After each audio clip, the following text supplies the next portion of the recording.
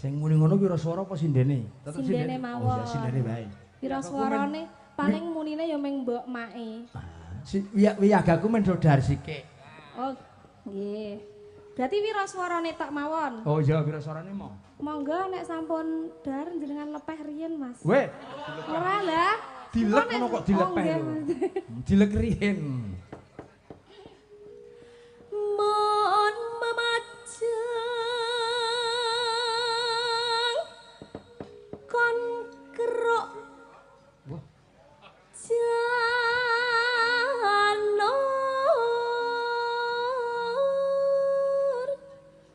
kuning kok kata-katane malah keri ya Mbak aku lho Mbak. Kata-katane sing kon keruk, rok, keruk. sak bripitan kaya tau petruk kuwi aku.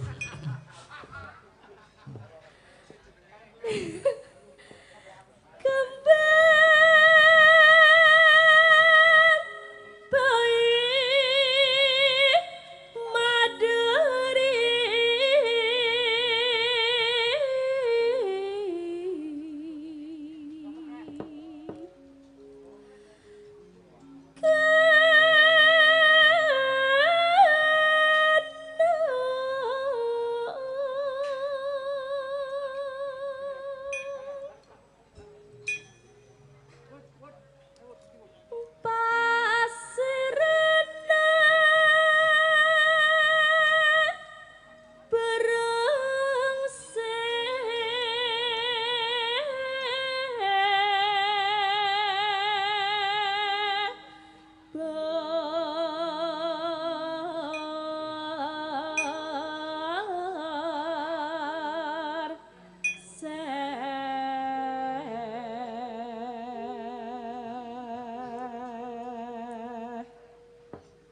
Iki ora ana wong mudeng artine. Iya, upama salah wis tenang wae wong ora ana wong ngerti ya.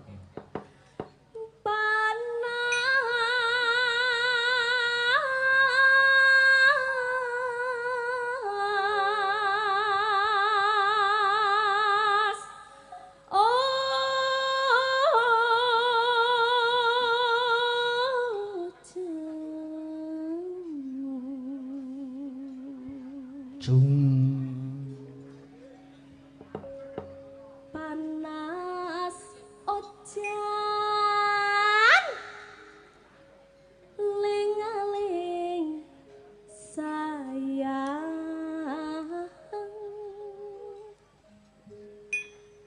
tapi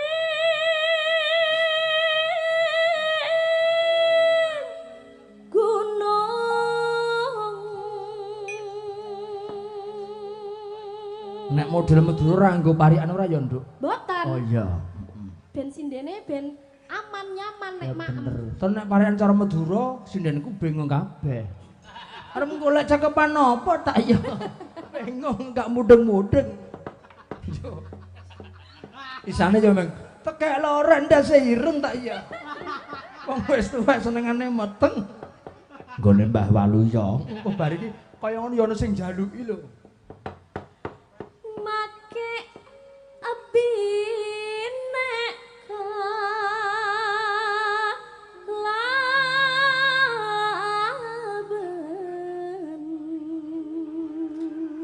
Lakek binek apa? Makek binek oh, makek kelaben binek. lakek. Oh, tak kira lakek binek. Makek. Lakek. Lah, iki sing keri lakek to? Injih. Apa tegese lakek? Laki, cowok. Oh, cowok. Lakek niku cowok. Oh, lakek-lakek berarti cowok-cowok. Wiyaga niku lakek-lakek. Oh, ya lah nek lakek karo cowok karo cewek piye? Lakek binek. Oh, lakek binek ya. Nggih, lakek binek ki cowok. Oh. Sampeyan lakek. Oh, nyong lakek ya karo sapa? Kalih binek. Oh, karo binek. Binek kuwi cewek. Nek ten mriki lakek benten. Oh, beda. Bedane napa, Pak? Beda. Ayo dijelaskan. Oh. Ini pengetahuan. Beda, iki ora masalah ngono. Aku ngerti aku dong, ya. Ning ora ning gone. Ya coba kalimatnya pripun nek ten mriki lakek niku. Lakek iki wong lanang sing wis sepuh jenenge lakek-lakek. Oh, berarti Mbah Waluyo lakek. Lakek-lakek. Wong tuwa sepuh kliwat ninek-ninek. Ninek-ninek. Mbah Waluyo berarti lakek-lakek. Heeh, karo ninek. Kalih ninek. Sak penake lambe mudhunan. Ati bang sampean meneng wae. No menason barase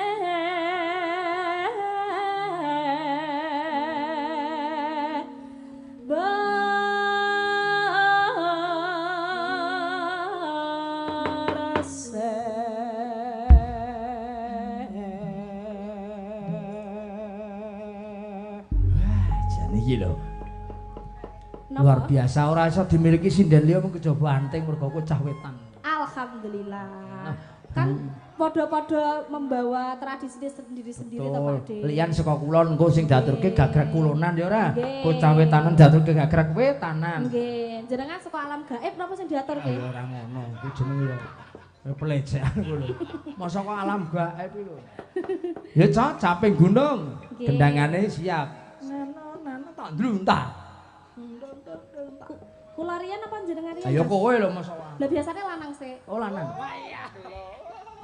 Kowe wae sik ning omah biasane Ora. Ora sida Mas Kesuan ya Allah.